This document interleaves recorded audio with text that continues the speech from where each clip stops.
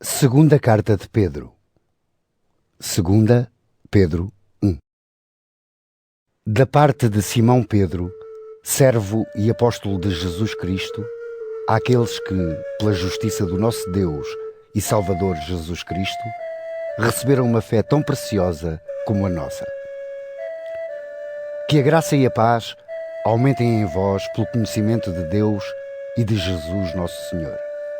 Deus, pelo seu poder, concedeu-nos tudo o que é necessário para vivermos em santidade, ao dar-nos a conhecer aquele que nos chamou pela sua glória e poder. Foi assim que ele nos concedeu os grandes e preciosos dons que havia prometido, a fim de que tomem parte na natureza divina e fujam dos maus desejos da corrupção que existe no mundo.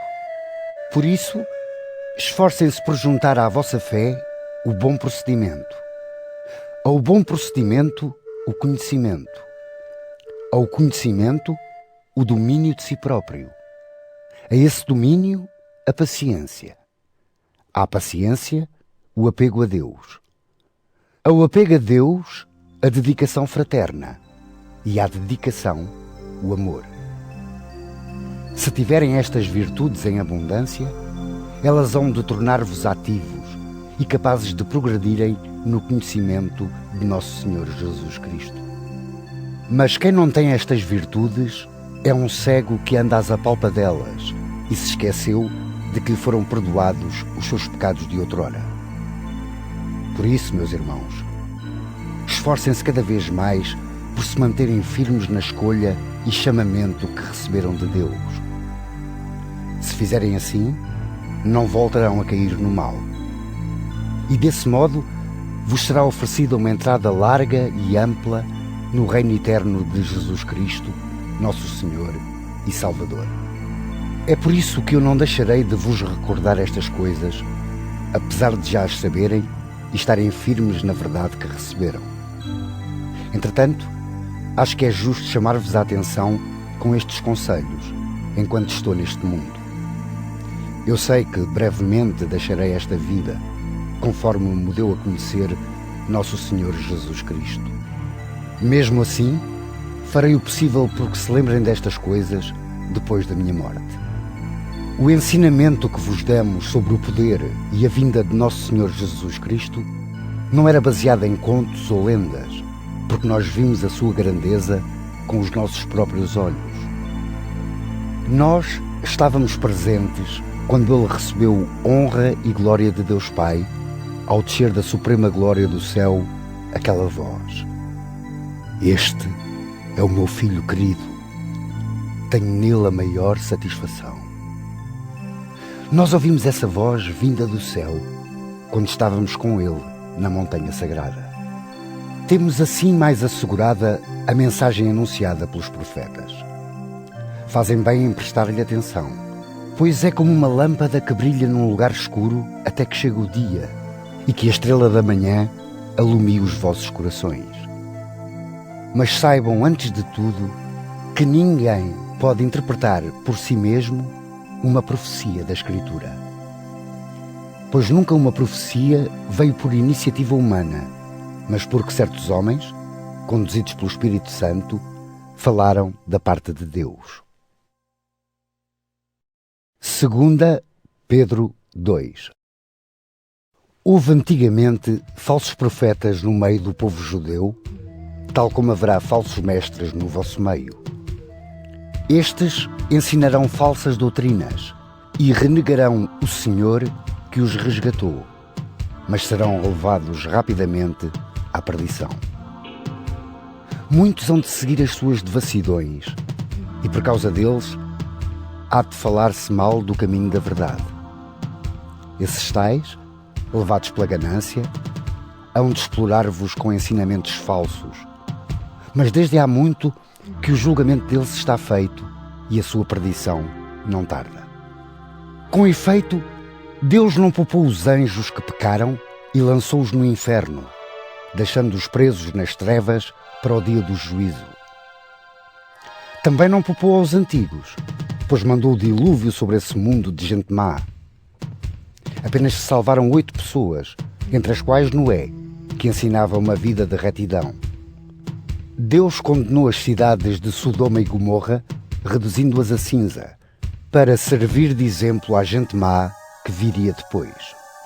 Mas libertou Ló, que era homem justo e se revoltava contra a vida imoral daquela gente perversa. Esse homem justo vivia naquele meio e todos os dias se atormentava ao ver e ouvir o mal que se fazia. É assim que o Senhor livra os justos da provação e guarda os injustos para o castigo do dia do juízo. Castigará principalmente os que se entregam aos desejos impuros do corpo e desprezam a autoridade do Senhor. Esses falsos mestres são atrevidos e arrogantes. Não têm respeito para com os poderes do céu e até os ofendem. Ora, nem os próprios anjos, que têm mais força e autoridade, dizem palavras ofensivas contra tais poderes diante do Senhor. Essas pessoas assemelham-se aos animais irracionais que vivem para serem apanhados e levados à morte. Falam mal daquilo que não compreendem. Serão destruídos da mesma maneira que os animais. Foram injustos e por isso terão a paga da injustiça. Encontram prazer em satisfazer as suas paixões em pleno dia. São uma vergonha e um escândalo quando tomam parte nas vossas festas e se divertem com os seus prazeres enganadores. Os seus olhares são imorais e os seus apetites sensuais insaciáveis. Seduzem as pessoas menos firmes e estão cheios de cobiça. É uma gente amaldiçoada. Afastaram-se do bom caminho e perderam-se. Seguiram o caminho de Balaão, filho de Beor, que quis ganhar dinheiro com a injustiça. Ele foi repreendido do seu pecado por uma burra que, sendo muda, falou com voz humana e fez parar a insensatez do profeta. Esses homens são como fontes sem água e como nuvens levadas pela tempestade. Deus reservou-lhes um lugar nas trevas mais escuras.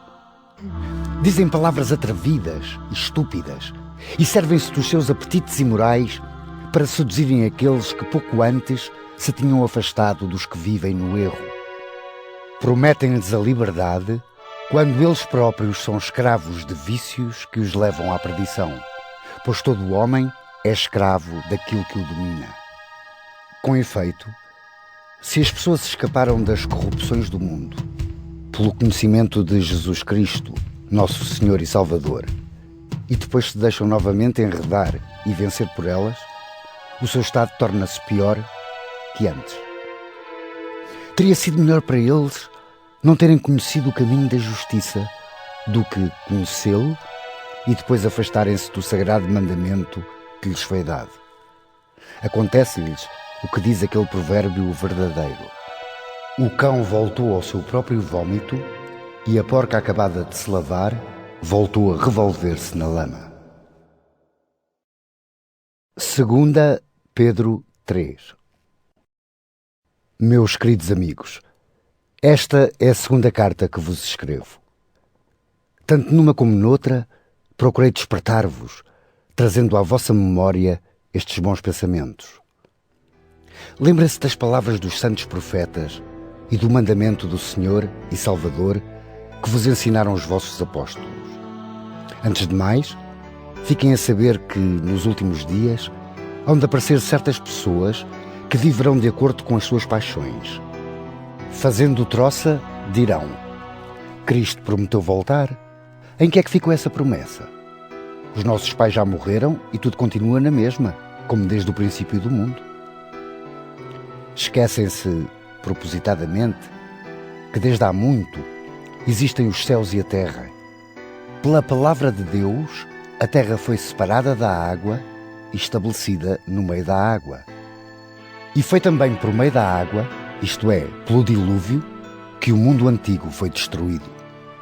Mas os céus e a terra, que agora existem, são guardados para o fogo, segundo a mesma palavra de Deus. Estão guardados para o dia em que os maus serão julgados e destruídos. queridos amigos, há ainda uma coisa que não devem esquecer. É que um dia diante do Senhor é como 1000 anos, e 1000 anos como um só dia. Não é que o Senhor demora a cumprir o que prometeu, como alguns pensam.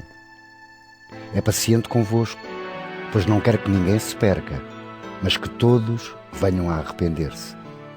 Porém, o dia do Senhor virá como um ladrão. Nesse dia, os céus desaparecerão com grande estrondo, os corpos celestes serão abrasados e destruídos, e a terra e tudo o que nela existe será queimada. Uma vez que tudo será assim destruído, compreendem como a vossa vida deve ser santa e agradável a Deus, enquanto esperam pelo dia do Senhor e se esforçam para que venha depressa. É nesse dia que os céus serão abrasados e destruídos, e os corpos celestes serão derretidos com o fogo. Mas nós, segundo a promessa de Deus, esperamos novos céus e nova terra, onde habita a justiça. Por tal motivo, queridos amigos, enquanto esperam por esse dia, façam tudo para que Deus vos encontre sem faltas, sem pecados e em paz. Reparem na paciência de Nosso Senhor. Ela é para nossa salvação, tal como disse o nosso caríssimo irmão Paulo ao escrever-vos, conforme a sabedoria que Deus lhe deu. Escreveu isso em todas as cartas, quando trata deste assunto. Nessas cartas, há passagens difíceis de entender, que os ignorantes e pouco firmes na fé explicam erradamente, como fazem com outras passagens da Escritura, para a sua própria perdição. Portanto, queridos amigos, já estão avisados. Tenham cuidado. Não se deixem cair da posição firme em que se encontram, levados pelos enganos dessas pessoas más. Pelo contrário, continuem a progredir na graça e no conhecimento de Nosso Senhor e Salvador Jesus Cristo. A Ele seja dada a glória agora e para sempre. Amém.